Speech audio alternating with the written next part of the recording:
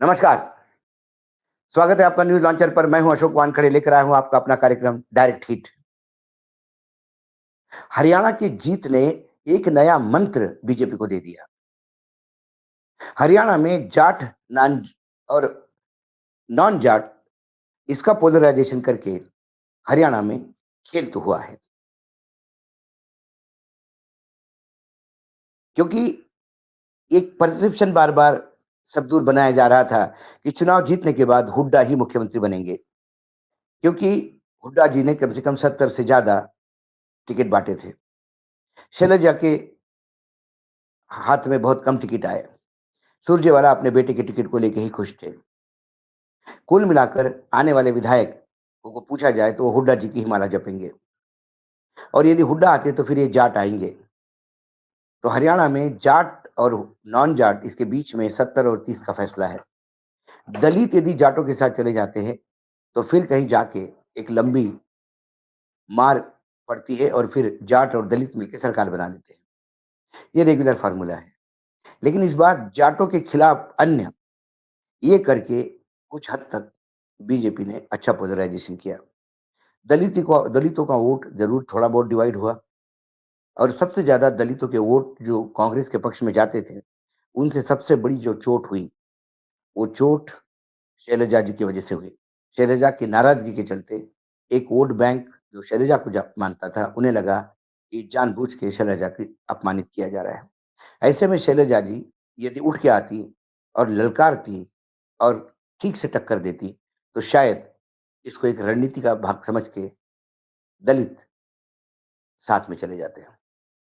तो ये जो पोलराइजेशन हुआ है या करने का प्रयास किया है, हालाँकि मशीनों का भी खेल है, हालाँकि कांग्रेस के विद्रोहियों का भी खेल है, स्लीपर सेल का भी खेल है। कुल मिला के परिणति ये हुई कि बीजेपी सत्ता में आ गई। महाराष्ट्र एक ऐसा राज्य है जहाँ यदि बीजेपी सत्ता में आती है, तो नरेंद्र मोदी फिर अनक्वेश्चन्ड नेतृत्व बना रहेंगे। अब पूरी दामोदमार महाराष्ट्र पे है। डायरेक्ट हिट में महाराष्ट्र में इसलिए लिया है कि इंडिया गठबंधन को आज सबसे बड़ा हिट हुआ है, जब एक निर्णय केंद्र सरकार ने लिया। चुनावी आचार संहिता की घोषणा से पहले, यानी घोषणा दशहरे के बाद भी हो सकती है, 13 तारीख को भी हो सकती है।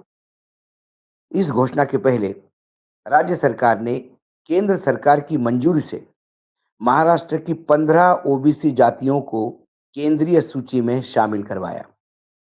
महाराष्ट्र में ओबीसी यानी अन्य पिछड़े वर्ग की कुछ जातियों को ओबीसी की केंद्रीय सूची में शामिल करने के लिए राज्य सरकार ने सिफारिश की थी, जिसे राष्ट्रीय पिछड़ा आयोग वर्ग आयोग ने मंजूरी दे दी है। इस अनुशंसा से आयोग के राष्ट्रीय अध्यक्ष हंसराज अहीर भी विदर्भ के हैं, महाराष्ट्र के हैं। अहीर के निर्देशानुसार राष्ट्रीय पिछड़ा वर्ग आयोग ने अन्य पिछड़ी जातियों और उपजातियों को केंद्रीय सूची में शामिल करने की मंजूरी दी है। इन जातियों को अब बहुत लाभ मिलेगा। राज्य सूची क्रमांक 220, ध्यान से सुनिएगा। राज्य सूची क्रमांक 220 में शामिल बड़ गुजर, सूर्यवंशी गुजर, लेवे गुजर, रेवे गुजर, रेवा गुजर जातियों को अन्य पिछड़े वर्ग की केंद्रीय सूची में नए सिरे से शामिल करने की आयोग ने मंजूरी दी है। इस तरह राज्य सूची क्रमांक 216 में शामिल पोवार, भोयर, पवार आदि को अलग से संज्ञान में लेते हुए आयोग ने ओबीसी जातियों के केंद्रीय सूची में शामिल करने की अनुमति दी है। इसी क्रम में राज्य की सूची क्रमांक 179 में शामिल बेलदार जाति की उपजातियां कापेवार, मुन्नर, कापवार, कापू, तेलंगाना तेलंगा, तेलंगी, पेंटारेड्डी, बुकेकरी को भी राज्य सरकार की सिफारिश के अनुसार आयोग ने नए सिरे से शामिल किया है। इसी तरह राज्य सूची क्रमांक 262 के अंतर्गत लोध, लोधा और लोधी तथा क्रमांक 263 में शामिल डांगरी जाति को भी केंद्र ने राज्य सरकार की सिफारिश पर केंद्रीय सूची में शामिल किया है। अब हरियाणा विधानसभा चुनाव में जैसा कि मैंने कहा जाट वर्सेस हुआ है, वैसा महाराष्ट्र में ओबीसी वर्सेस मराठा इस लाइन पे डिवाइड करने का प्रयास होगा। मराठा आंदोलन के जो जनक रहे हैं या मराठा आंदोलन के जो सेनानी हैं, मनोज जरांगे पाटिल, वो लगातार मराठों को कुणबी सर्टिफिकेट देने की बात करते हैं। कुणबी यानी ओबीसी।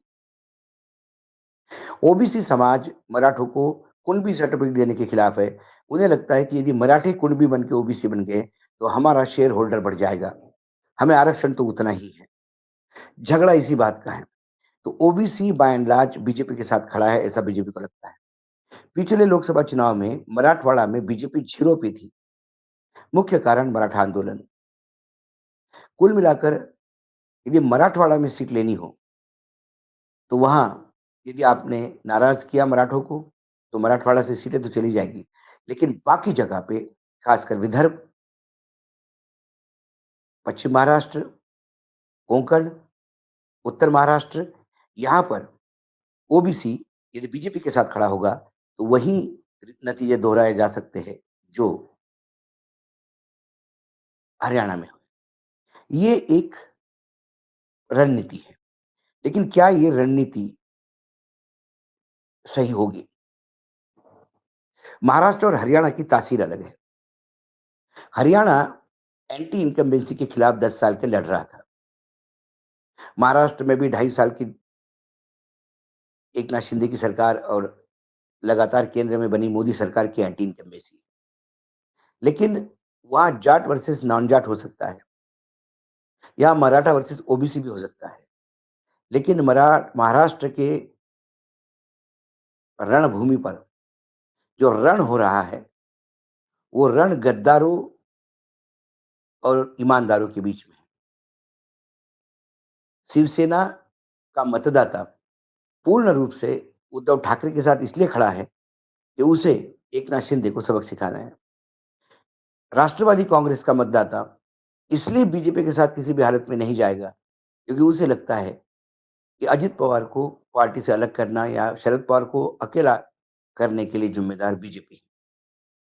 दूसरी बात, महाराष्ट्र के साथ जो गुजरात लगातार मुंबई से ऑफिस लेके जा रहा है, या महाराष्ट्र में लगातार जो बड़ी-बड़ी यूनिट्स आ रही थी, इंडस्ट्रीज़ आ रही थी, निवेश आ रहा था, वो लेके उन्होंने गुजरात लेके गए, उससे भी मराठी जनता आहत है। महाराष्ट्र में किसानों के इश्यूज़ बहुत है।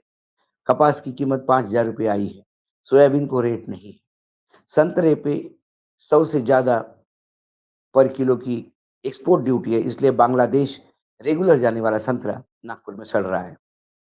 इन सारी चीज़ों का ओबीसी आरक्षण से इतना इम्पैक्ट नहीं होगा, लेकिन 1% भी मायना रखते हैं। यदि ओबीसी में नई इतनी जातियाँ भरने से यदि 1-2% का स्विंग बीजेपी के फिक्स में हो गया, और महिलाओं को जो ₹1500 दे रहे हैं लाडली बहना, इसके नाम से यदि 1 आध परसेंट हो गया, तो 3% का स्विंग महाराष्ट्र में बीजेपी को यानी महायुति को फिर से सरकार में ला सकता है। लेकिन सवाल ये है कि ये महायुति जो है, अकेला बीजेपी और कांग्रेस आमने-सामने होते, तो शायद लाडली बहना और ये ओबीसी वाला फैक्टर बहुत ज़बरदस्त काम कर जाता। लेकिन यहाँ पर बीजेपी कई जगह राष्ट्रवादी कांग्रेस शरद पवार से लड़ेगी, कई जगह बीजेपी का आमना-सामना उद्धव के साथ होगा, और कुछ जगह कांग्रेस के साथ होगा। कांग्रेस के साथ जहाँ होगा, वो बेल्ट विदर्भ है खासकर। विदर्भ कांग्रेस का गढ़ माना जाता है, वो कांग्रेस के लिए प्लस पॉइंट है। बीजेपी के नेता केंद्रीय और राज्य स्तर के नाकारा साबित हो गए, ये एक दूसरा एडवांटेज है।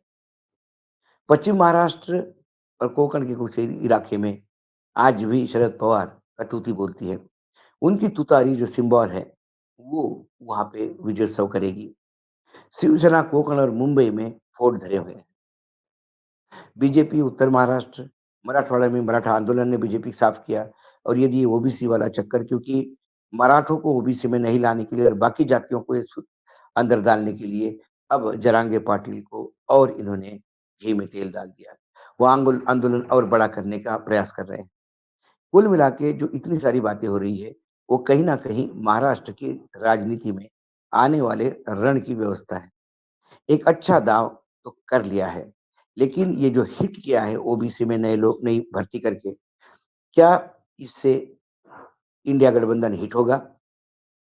या चुनाव के नतीजे बताएँगे कि ये मास्टर स्ट्रोक साबित होगा नरेंद्र मोदी का। अभी फ़िलहाल इतना ही, कल फिर आता हूँ किसी विषय के साथ, तब तक के लिए नमस्कार, देखते रहिएगा न्यूज़ लॉन्चर।